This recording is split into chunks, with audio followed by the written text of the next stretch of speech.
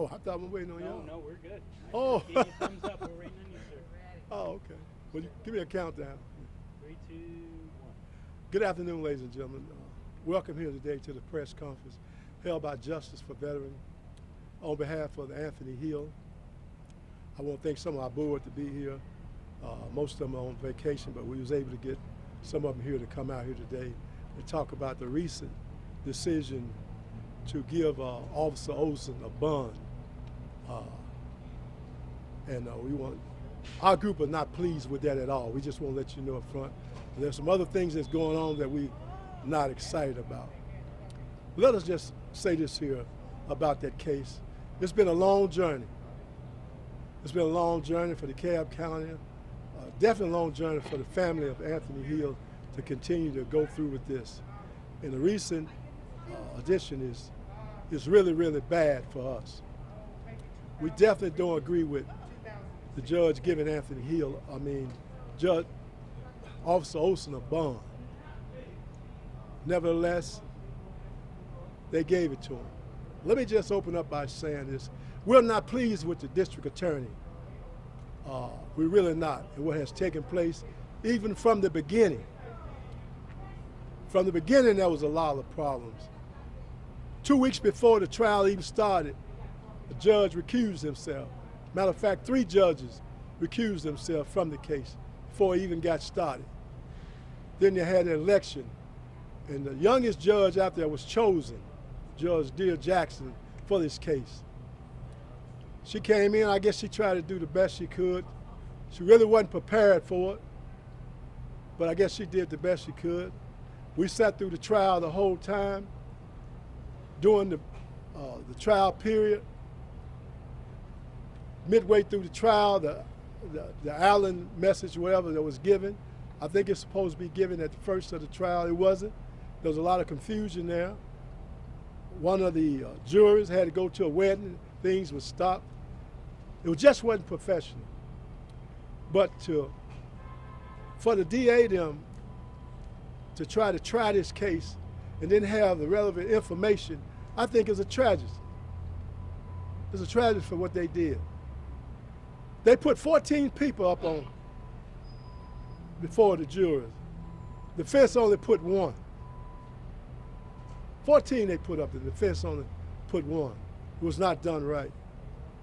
We found out later on, black jurors told us that the white jurors told them, we're not going to convict this man of murder. Now you can get him on all these other charges, but we're not going to convict him of murder. And they didn't do it. This was blatant murder. That's what it was. He should have been convicted, but he didn't. And I just want to say this about the case with Officer Olsen and Anthony Hill. Anthony Hill was an American hero. He's a veteran, twice deployed, came back, he fought for his country, didn't do anything wrong. He was mentally ill. That was the only thing that was wrong with him. And a lot of our veterans today are like that. Anthony Hill started walking 183 feet from the police officer as Olsen sat in the car. Anthony Hill walked toward him 183 feet. Upon arriving at him right before the door, he came out and shot him twice. He later said he was in fear for his life. Anthony Hill was naked. He didn't have a weapon on him at all. He had nothing on him at all. Now, Officer Olsen had 5 weapons. He had a taser, pepper spray, baton, he had a gun, he had voice command. If Officer Olsen was afraid, he should have stayed in the car and used his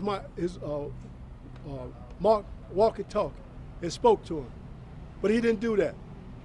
He chose the most deadly weapon, and he shot Anthony Hill down in cold blood. That's what happened. But the jury did not convict him of murder. We didn't understand why the charges were they are. No manslaughter put on the charge or anything. From the beginning, we wasn't happy with this case. But nevertheless, we was out here for the family. And I just want to say this about the family, because there's a possibility they might have to go through it again. They said they could try the aggravated assault. This is a very tiresome event. It is. Very taxing on the family. They have to go through this. Officer Olsen has been in prison for 4.5 years. But his people kept fighting for him to try to get him out. And they succeeded. They went to another judge, got that judge to sign over for a bond. And what I'm told, it probably won't be long, because once you get a bond, I guess next comes probation.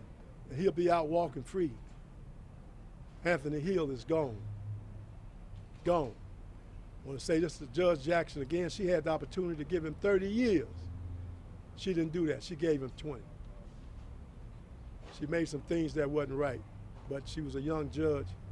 But still, nevertheless, this was a tragedy.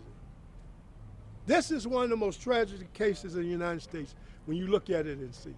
Everybody else can say they might have been in fear for their life or something else. This was transparent. Anthony Hill had no weapon. He was no threat, not at all. And he didn't deserve what he got. He didn't. He really didn't deserve it. And as an organization, we vow that we're going to continue to do what we can for the uplift of their family and everything else. Questions? You were very critical of the DA's office. What is it that you feel they did not do properly in this case? Well, they didn't get the proper information between what they can do and what they could not do.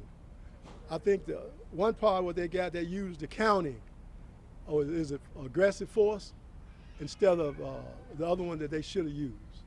The use of force. Use of force policy. You know, if you're in charge, you're supposed to know what's going on. That's what we don't do here in DeKalb County. We don't hold our people in office accountable. We look to hold her accountable. She's supposed to know what's going on. Now, she don't go in the courtroom, but she at least supposed to know what's going on. The use of force, we had heard about that before, but she at least should know that they was using the wrong one. And the other thing is that, where is the DA at? She should be holding a press conference telling the people what happened. I don't think they held a press conference yet to explain to the community what happened. I don't think they've done that yet. They seem dedicated to the case. They are appealing the overturn. They are saying they will try it a third time or a second time. Yeah, but that doesn't do any good for us. You shouldn't have to do that. If you know up front what you need to do and how you do it. Manslaughter was never put on there. You know, that might have been an option. I told you what it said. And then the jury, the makeup of the jury, only one black man was on the jury. That was it. I think a jury is supposed to be a jury of his peers. That didn't happen. And that one black juror has told you that the other white jurors told you. I didn't say who told me that. I said a juror told us that the white jurors told him, we're not going to convict him of murder. But it was only one black juror on the case. No, only one black male juror. I think it was 3 black females.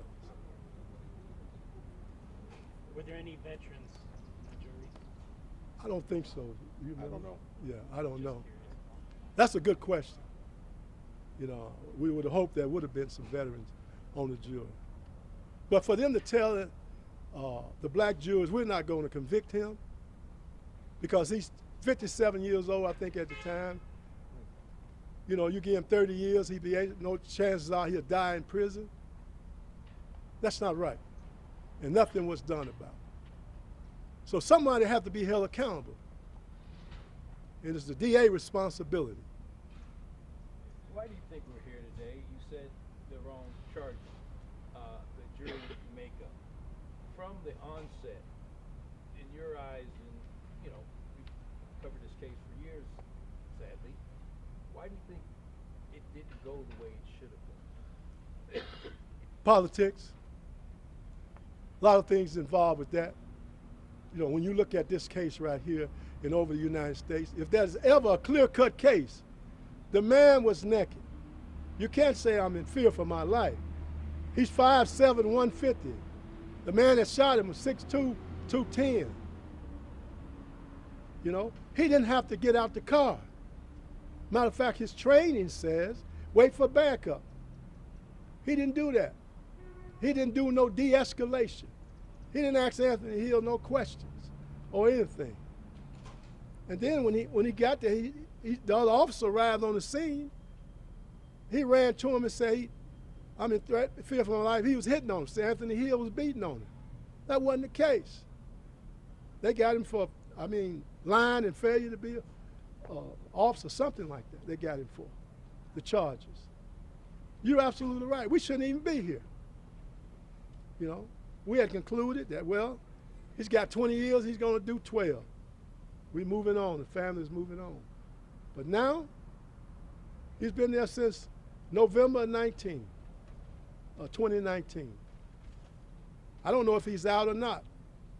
I think he might be back in the DeKalb County Jail. We don't know. But it's not right. Officer Olsen is veterans just like we are. We have nothing against it. It's the principle of the whole matter. And yet we got to hold people accountable that's in position. And I like to speak to the citizens of DeKalb County. These people run for office. You don't vet them or anything. You just put them in office. And I'm going to speak to the elephant in the room right now. We are picking people just because they look like us or just because they're female. And yet they are not qualified. The DA needs to resign today. She should be held accountable for what happened with this case right here. This is the largest case in the state of Georgia. Yet, judges recuse themselves. Why? 3 judges.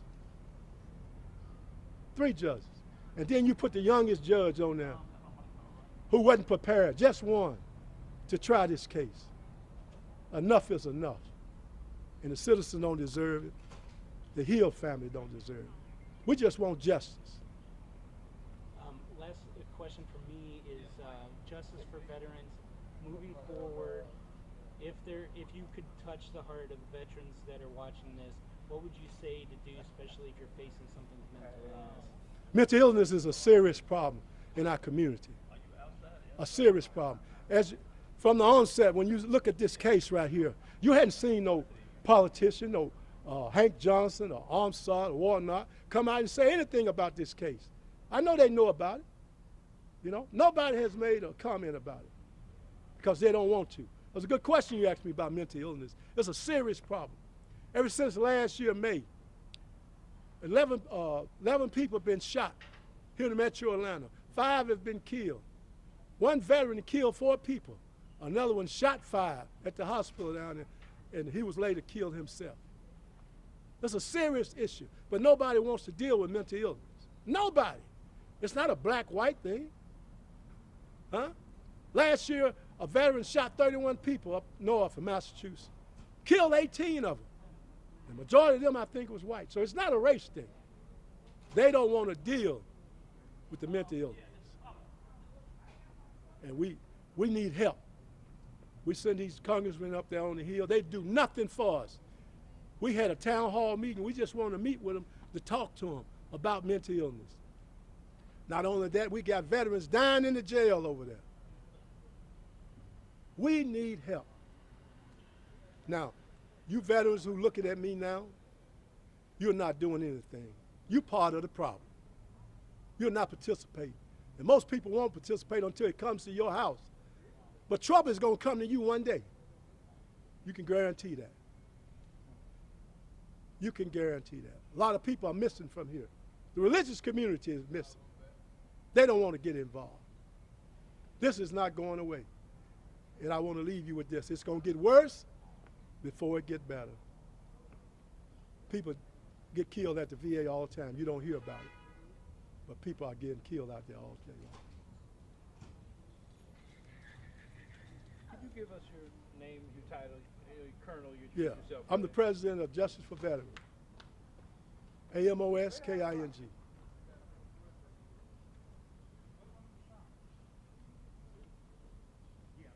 Retired. Yeah, I'm retired. Army Yeah. Army colonel. You're right, Colonel. 28 years.